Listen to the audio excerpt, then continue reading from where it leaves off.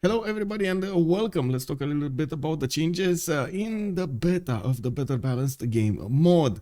As you can see over here on the screen, we do have canals moved to butters from steam power that will allow you to actually build them much quicker than before. As you know, steam power actually had quite a few changes with prerequisites, so it was quite a pain to get there. Now this will open up quite a few strategies for the players to actually get those boats through the canals to another place, another horizon, and we're going to need to see in the competitive scene what will change, how the players will make good use of this bonus. And we do have in the luxury tab, it looks like pearls and titans have been changed. Pearls will get the extra production and the one faith, it looks like, from 0 to 1, so there's not going to be an extra faith point, but they will get that extra production. That actually comes in line with other luxury resources that actually did get a little bit of a buff, making those tiles that don't give you that many yields actually worth it right now. We do have the tea actually getting one food extra alongside that one science they will get anyway, which I mean, I gotta say, I'm not so sure I like this, but I guess we're gonna have a few more food tiles over there. It is what it is. I was more thinking that they're gonna get everything in line on the same page over there with either production or food. It looks like on the tea tile they chose food over production. Okay, let's see how the tiles will improve, and of course how the players will benefit a little bit more from that resource. The spies. The spies. When a spy is captured, you gain +1 spy capacity. Interesting. Wait, this is so. Wait, I'm not sure if that's the correct way of doing things, but it is what it is. We're gonna get to build another spy when a spy is captured, and this was actually quite a pain in a lot of the games.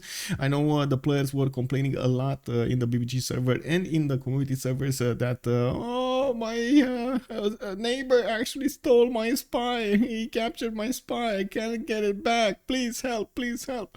Which to be honest, the spy missions, especially mid to late game, are actually quite important when we're talking about extra diplomatic visibility, or even trying to stop somebody from getting to the space of victory. Well, now it looks like it is gonna be allowed in the game to actually get this going. We're gonna need to see how the players will get to make use of this mechanic. Religion. This was something that a lot of people actually asked, and there was quite a few discussions, quite a few attempts in the previous years to actually change the religion buffs. And condemning units no longer reduces the religious spread. Passive spread strength from cities increased to 3 from 2. Okay. 50% increase. Buffs to religion spread have long been asked for and are finally being implemented.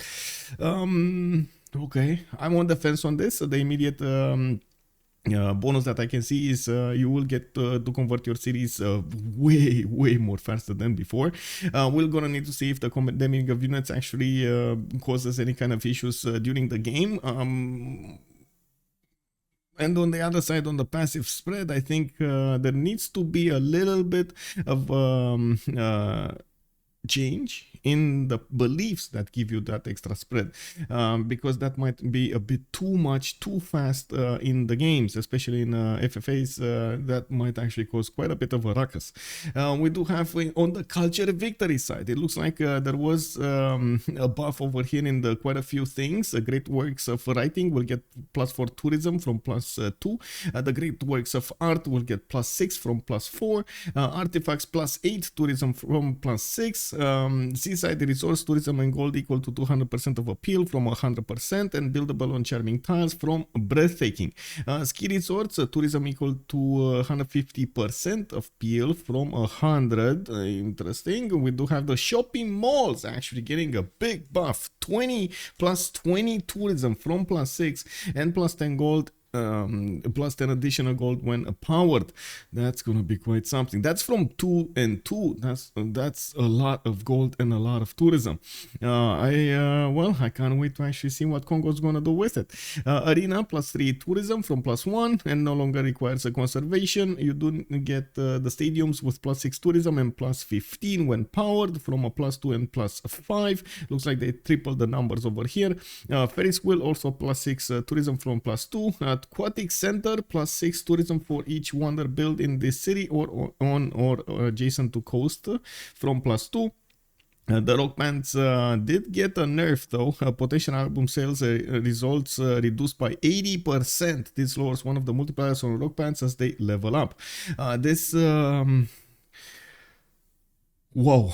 Like all of these changes in the culture victory does give me an idea that the passive tourism will be quite impressive during the mid game. It takes quite a bit of time to acquire the writing works, the artworks, the artifacts, and so on. But there's a lot of potential over here for even turn 90 culture victories, which will be quite something that I predict the players might not enjoy it that much. It will cause other players to actually, I should say teams, the opposing teams of somebody going for tourism to get their own player that will try to defend the culture victory, and we will need to see how the teams will adapt to this. I'm sure these numbers are at the moment a bit too high. We're gonna need to see in the beta period, which I understand it is gonna be around 2 weeks or something like that. So the players will have time to adapt. The players will try to figure out exactly what works, what doesn't work. Is it fine? Is it not fine? How do they affect the normal gameplay? Now, hopefully, we're actually going to have quite a few players tested out because, well, if this goes through, we're gonna see them in the live version, and we're gonna notice them immediately. In the golden ages, it looks like there's nothing. Governments, okay, the late game governments did get changed. Digital democracy will get its -3 combat strength removed. Additional it will add the +2 tourism per specialty district. Okay, so that makes a lot more sense to actually go for that when you're trying a culture victory. Corporate libertarianism, remove -10% science penalty. Additionally, add the -5 uranium, aluminium, oil per turn. That's a lot of resources. Okay. Synthetic technocracy, remove -10 tourism penalty, and then we do have an additional adding of 50% production towards spaceports, industrial zones, campuses, and harbors, and also buildings inside those districts. Okay. This would make quite a bit of sense. We don't see this often, by the way. We don't see these buildings being these governments actually being used that often. So I do need to see in the games if this will, first of all, the games will get to that point that they will start to acquire these and go into them with their civilizations, and we're going to need to see their effects. Initially, they look good on paper. We're gonna need to see them on real life. Units, pikemen, change production cost to 200 on the standard speed from 180. Remember, most of the games are actually being played on online speed, so you always cut these numbers in half. So it's going to be 100 on standard speed, and of course from 90. Pike and shots will also get their production cost to 290 on standard speed from 250. So there's quite a bit of significant change over here in the anti-cav technologies. The pikemen were the correct solution to defend yourself whenever somebody attacked you, like for example Mongolia with Keshex. You would build a pikeman and you would be able to defend yourself. The unfortunate effect was it was relatively cheap to actually build a pikeman, and with so many pikemen coming out of your cities, especially with wonder like Statue of Zeus, that would allow you to get more production towards anti-cav and free units just for everybody. Well, you know, like 6 units, 7 units over there, it does make quite a bit of a change. The players were able to totally nullify any kind of attack coming out from a nation like Mongolia. we'll see. We'll see if this is gonna be something that will be good. Even though at the moment, I think it's much better than what was proposed initially. We did have actually some players proposing the pikeman will lose some of its anti-cav strength overall. You know, the bonus that actually gives you more strength towards cav units. They wanted to actually change that to maybe instead of a +10 to get a +7 or something like that, which you can imagine can actually do quite a bit of damage over there. We'll see. This does seem to me much better overall. Civilization leader changes, buff. Let's see what got buffed, what got nerfed. Catherine the Magnificence, all improved resources receive +1 culture. Resources adjacent to chateaus will receive +1 culture. Resources adjacent to theater squares will receive +1 culture.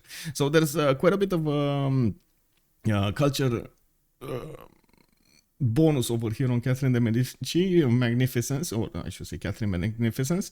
It will have the potential to generate that culture with so many of these resources. Now, I gotta say, a lot of the times you do have to be lucky actually getting all of these prerequisites, like getting the extra culture on the resources, because the resources actually need to be next to potential very good spots for the chateaus, and we're going to need to see, of course, how much it will matter in the game. Now, Catherine the Magnificence wasn't actually that preferred by the players. It did have a cheesy win with the tourism it got from the projects. The players did at some point figure out exactly well, what to do, what not to do, and the unfortunate effect, it was kind of a casino style pick. Most of the time, if you did end up next to your opponent, well, your opponent knew it had one mission only to go and attack you with the first units he had, usually horses, so they can cross the land much faster to you. So that actually ended up with as an effect, as a direct effect, the players just said, okay, just let's just like put Catherine aside over there. We're gonna go a normal way, other civilizations to go for. Eleanor. This might be actually something, bringing back Eleanor from the dead. It didn't actually get that much attention in the weeks of the CWC. I think we only saw it once in the previous 3 weeks. And of course, we do need to see if that's going to change in the upcoming period. I do have to mention this so I don't give you the wrong idea. We don't know yet if this CWC will adopt the new BBG version. The players will actually have the voting, an option to vote if they want to switch or not. So we're going to need to see after the beta period is finished and the final version of the new BBG is going to come out, 5.40, and then the players will have their say. At that moment, we're going to need to wait for the decision. When that decision will be made, we're going to need to see, of course, the changes or no changes in the tournament. And also, we're probably going to use a static version if the players will not want them in. We do have Eleanor adjusting its yields to +1 on great works of writing and relics, +2 on great works of arts and artifacts, +4 on great works of music. Okay, so these, so every time you actually build theater square and you do get the books in, you do manage to get extra points according to what kind of district you have in that city center. So you can imagine actually that can add to quite a few bonuses that you get in that city. Sometimes it does make Eleanor quite weak, especially after the nerf to +1. It used to be +2. It looks like they kept the +1 on the great works of writing and relics because they do come very early, but they did increase it on +2 on art and artifacts, and not to mention the +4 on great works of music. This kind of scaling does in some way makes sense, although to be honest, I did like the previous version when you just get +2 on the great works of writing. It made it quite powerful in the game, and of course the players did pick it up quite a few times. Now after that change to +1, some players did still try it, and then nobody did. So now I'm on the fence on this one. I really want to see it in in the games to actually see it perform in a real life environment, in a real challenging environment, and then we're gonna have to say our opinion. Georgia, Tzikens gain 1 culture. Ooh, okay. I mean, the Tzikens is the unique wall of Georgia. It actually has 100 strength versus the 75 of a normal ancient wall. It already has quite a few bonuses. It gives you the tourism, and it gives you faith. You can double those numbers if you're in golden age, so you, especially with the Georgian ability to actually get the bonuses in era score from your golden ages, just like the normal ages. That is quite powerful, and well, it is easier than other civilizations to change those golden ages. Now, them actually adding up an extra culture point, it's gonna be quite an interesting bonus over here. It might actually make quite more players to try to pick up Georgia and see how it performs. It does. Georgia already benefits from a pretty strong unique unit as well, the Kevsur, and well, it does fight very well in hills. Other than hills, I haven't seen it shine, and we do need to see if this will actually make Georgia a little bit higher in the preferences of the players.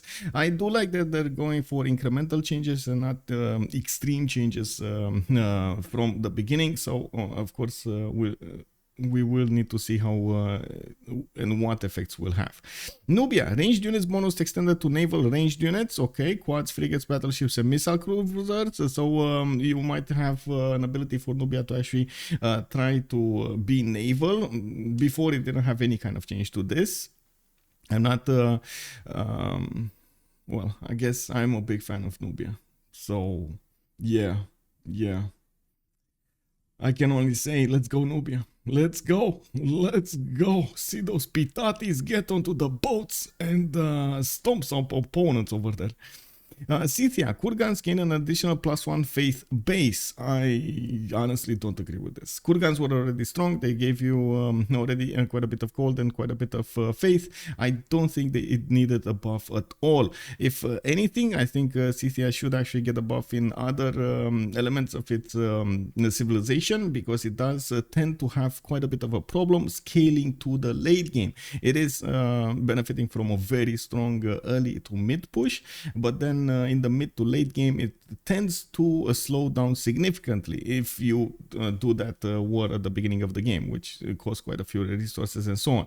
The extra faith on its Kurgans will just have the immediate effect of Scythia actually being able to buy out more units because it generates more faith per turn. Also probably will open up a very strong initiation rights pathway for Scythia. Tokugawa, +1 gold per district in the domestic destination from 0.5. Okay, so more internals over here, more gold for Tokugawa. I think the nation was already quite strong.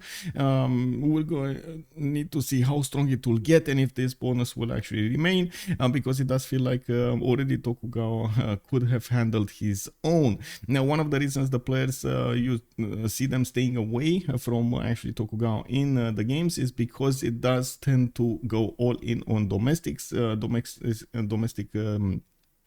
trade routes instead of international trade routes, and a lot of the times in the competitive scene, in the 4v4 competitive scene, we do have the players needing a lot of gold and relying as much as possible on those alliances that you get to build with your allies, which do give you extra culture or extra science, or depending on the position over there, of course, the military bonuses. So we're going to need to wait and see for this. Julius Caesar, all units get 100% experience. Okay, I mean, that's a bit of a war bonus over here on Julius Caesar. I'm waiting to see level 4 crossbows coming out from Julius Caesar over here with the doubling of experience. You can imagine that definitely can happen. Nerf, I think this was a bit of a mistake in writing over here. Persia's Immortals, +3 combat strength when attacking. Okay, Nader Shah, +7 combat strength when attacking full strength units or defensible district. This was from a +5, so I think think it should have actually been written a buff, not a nerf. Portugal, 50% gold delayed until cartography from start of game, 50% science at education, and 50% culture at medieval affairs. Okay. I mean, quite a bit of a delay over here at cartography. A lot of the times Portugal in the games did manage to generate a lot of gold. That is because his trade routes get that bonus of extra gold whenever you're going to send them toward an international trade route. Now, coming back to the subject of what the players do, like at the beginning of the game, they do like to actually work a lot of internals in the classical era and sometimes in quite a bit of a medieval era until they manage to get into how to say, they managed to get Visa Bank card, which actually is opened up a diplomatic service, which is actually quite late, I would say. You do get most of the time like 2 rounds of trade routes before you are able to send them and get the same yields from your allies.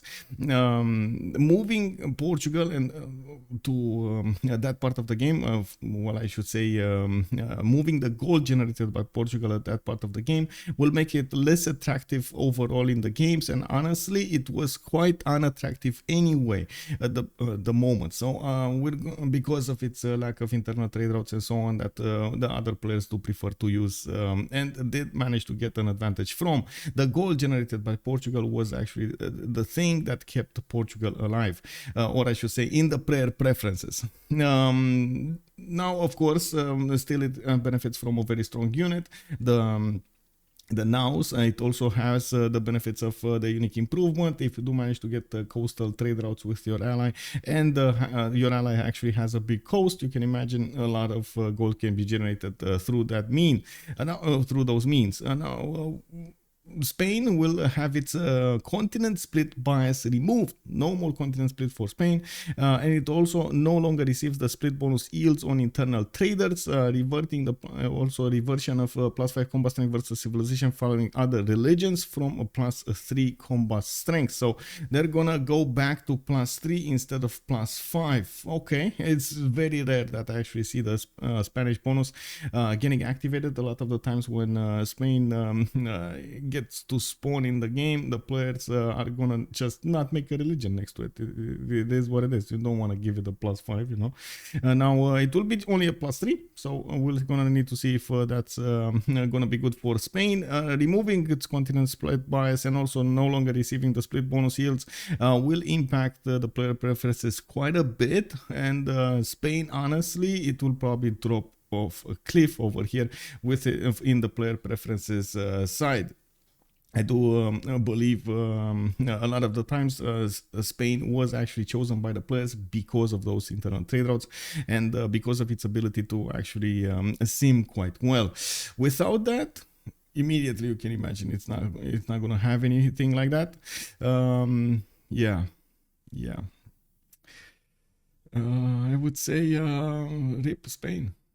Victoria, Age of Steam, removing 10% production from workshops. Total is now 20% with factory and power plant, +1 production on improved strategic resources from unimproved or improved.